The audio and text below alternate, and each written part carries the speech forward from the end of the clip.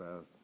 I can take all the videos, and I was excited because I went and looked at the thing, and it took 2.5 hour disk is 8,000 megabytes, 8,500, like 8,500 megabytes, and I got 84,000 megabytes available on the computer. It keeps telling me I got low disk space, which I do, but that's enough.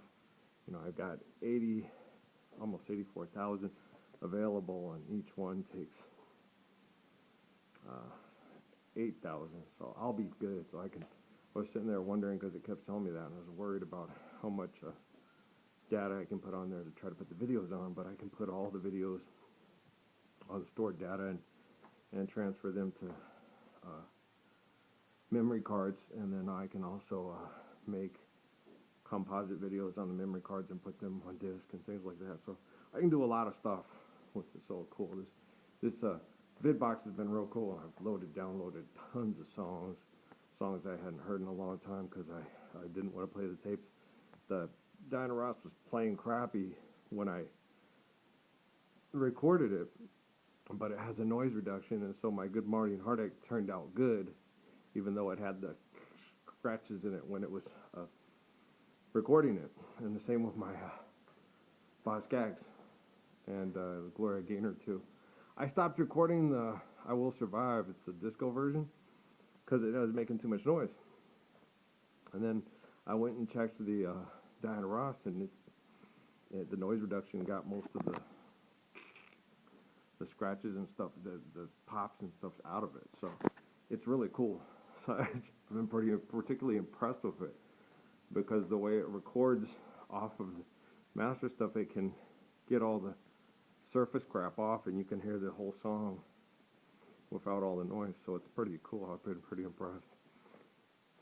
And it also helps record and does the stuff real good with the video tape. So it's been pretty cool.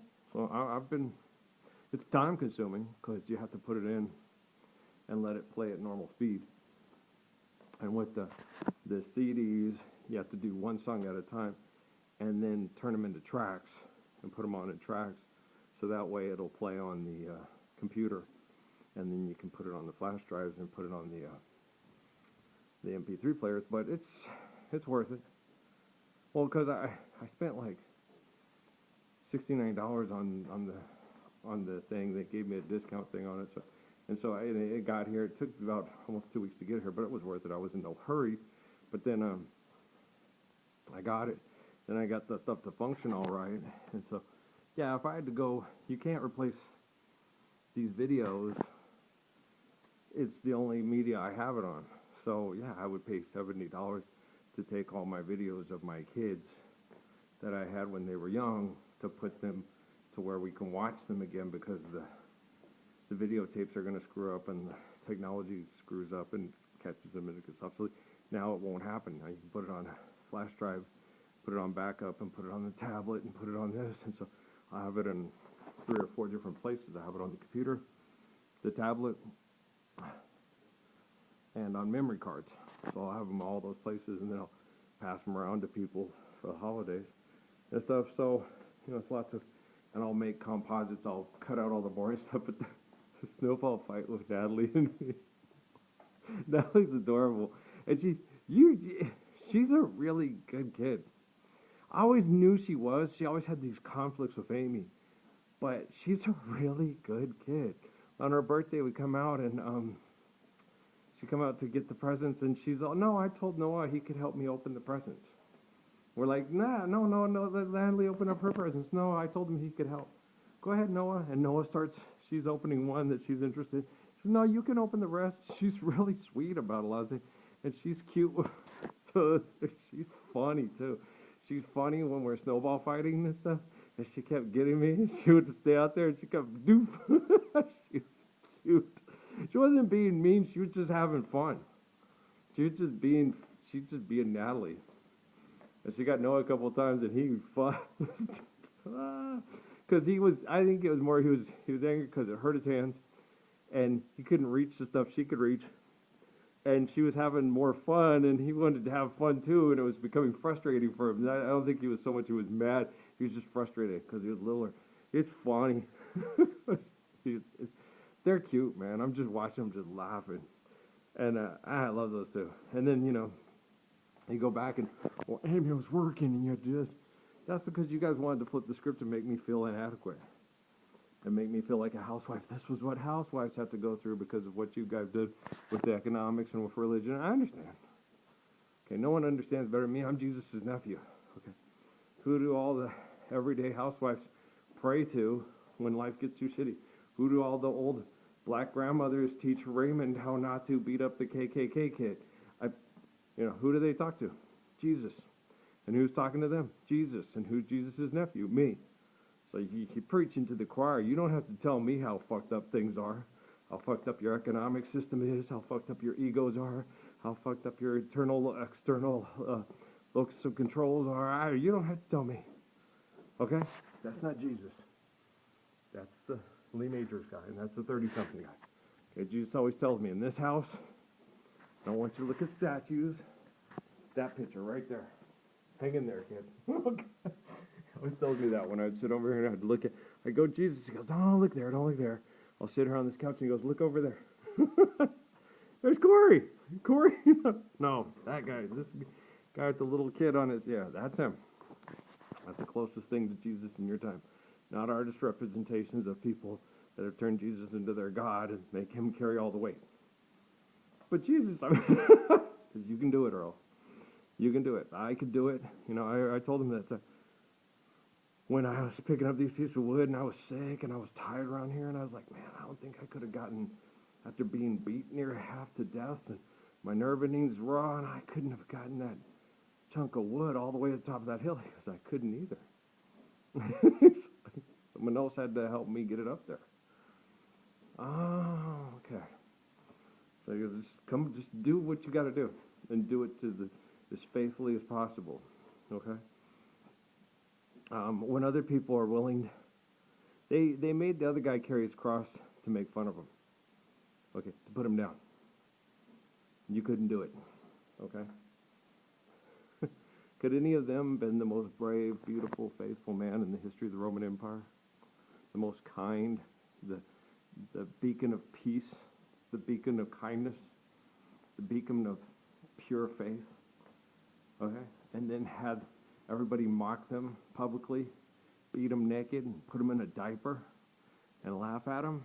And then when they're nailing them to that chunk of wood, pray that they'll be not remembered for this, that no one will remember their names, so they can fade off into obscurity, fade off into oblivion. It's impossible to do now. It's absolutely impossible to do. All the people that are denying Earl and doing the same shit to him and trying to make him feel inadequate and like you were just, no. I had to be the classic underachiever. The classic underachiever. Okay? And they still want me to do that. I'm not here to underachieve to make you feel good about yourself. Okay? I'm just here to feel good and help other people feel good. Feel worthy of life. I'm sick and tired of the competition. I'm sick and tired of people feeling awkward and tired and fat and stupid and slow and dumb and unattractive. Okay? Amy was beautiful to me. She was a shit. She was a mean shit. She was shitty and mean. But I tried to make that marriage work because she was all I wanted. I wanted those kids. I wanted her, and I wanted Patrick to come back home. And she did have some solutions that would have worked for us if I hadn't been dealing with the dynamic that we were dealing with. Okay, she was trying to talk me into having a sexual relationship with her and Stephanie. All right? Because Stephanie's attractive, and she has a wonderful voice, and she's fun to have sex with. And Amy was kind of like, well, if we all have, what she was thinking, if we all have sex together, we all have a good time, and you're going to enjoy Stephanie having that orgasm. I get multiple orgasms. You get all the orgasms you want. It's perfect. But I wasn't receptive. It wouldn't have worked. In our time frame, no. Not with the Mormon church and the Catholics and no. Okay? The dynamic was set up to where, as a family, because of all the abuse and dysfunction, Amy didn't feel worthy of being with me, so she had to destroy me, and I had to always underachieve. And both wives wanted me to be this achiever. But if I had achieved like they knew I was capable of achieving, um, they, the government would have killed them. Not me. They had to keep me alive. I have to fulfill the book. I'm the control mechanism for the evolving technology. Okay? It's not the woman, it's the man. Like, it's him. It's not her. All right, there's a bride who's kept from the groom that's stuck in the whore market and is like the poster child for the whore market. We are the world. Old David Rockefeller and the New World Order are going to end all the corruption of the bad teachings of Jesus. Okay? Yeah. Okay, that's Lopez. Okay? If any of these women I had achieved what I was supposed to have achieved, Melinda Michelle Bowen. Okay? They could have just killed her at any time because it's not Mary Magdalene's line. It's a daughter trying to fill the spaces, trying to take care of it, trying to be Job's daughters. Okay? That's what they're trying to do. And any kind of conditions that they set up for the daughters to try to comfort the father, no, we can just kill her. She's not her. So we had to be dysfunctional. Because Amy, I'm going to die by the time I'm 30. And everything I could do, I tried to keep her alive for the kids because they love their mom and all that stuff. And every time she would fuck me over. And I was like, why is this happening this way? Shut up, Earl, just go. And then Amy would tell me, I'm not your forever love, and you're not my forever love. You're going to get with this woman who's icky sweet, and you guys are disgusting. Like, no, my wife's not icky sweet. You get these things that she's like icky sweet, and we're like on the New Emperor's New Groove. We're just going to do what grown-ups do. But I get this. She'll take out a bow and arrow and pin you to the wall. Thunk. Take off your skin and hang it from the city walls and put your black heart in a mason jar to show all the women, do not treat a faithful man this way. That's what I get from her. I get the exact opposite of what she's sweet to me. She's always a woman to me. But to people who come up and try to stab me in the back and fuck over my kids and put my kids in disgusting sexual conditions, she will take a bow and arrow, a crossbow, and pin you to the fucking wall. That's what I saw my wife as. I saw her as like this badass. Okay, honey. Because I always told with Miriam too, I said, and the guys used to ask me that too, it's like, no. I like that iceberg chick. I had a big crush on Miriam Colon, Patrice Martinez, a lot of those women that have that strong features and that strength to them. Like on Do Not Forsake Me. I don't like Rachel. I like the one lady at the, that was my man. I'd be out there with him. I like her. I had a crush on her, those type of women. And so I said, no, I like where she's the ice cubes, and then I'm Dr. Pepper, It melts and blends and gets to the perfect where it's not too carbonated and just right, and not to the point where it gets over much, where too much of the ice melts, and then it gets like Patrick says, ugh, my soda's icky. Just perfect, Not martini or Rossi on the left, not hard liquor on it, Dr. Pepper or some kind of soda that you like that has the bubbles, because it's tiny bubbles and makes me feel fine, So that's what I like. I like being able to, everybody's like, oh, that bitch thinks she's too good for everybody else, and here I come. So, you ice cubes, huh? Well, I'm a soda can. Here we go, baby girl. That's me. So I like that. I like being able to get somebody. Miriam was sexually abused, and I like to break down her defenses and make her feel that she can trust somebody. She can be trusted, and her daughters will be safe with me. Okay? And that's how she was with me. And it was a complete honor.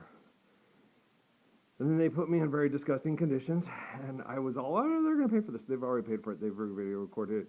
The technology is overriding all input, storing all the data in the most remote little hard drive things and all this stuff. I'm not worried. Nope. Once all this stuff overrides, I'm not worried about. We'll talk about the alien basis stuff. Aliens, if they're not capable of compassion, mercy, if they're destroyers of environments and stuff like that, they'll be held just as accountable to the evolving technology and what's happening with our acceptance of this large group process of faithful love as everyone else. I'll be back. Peace.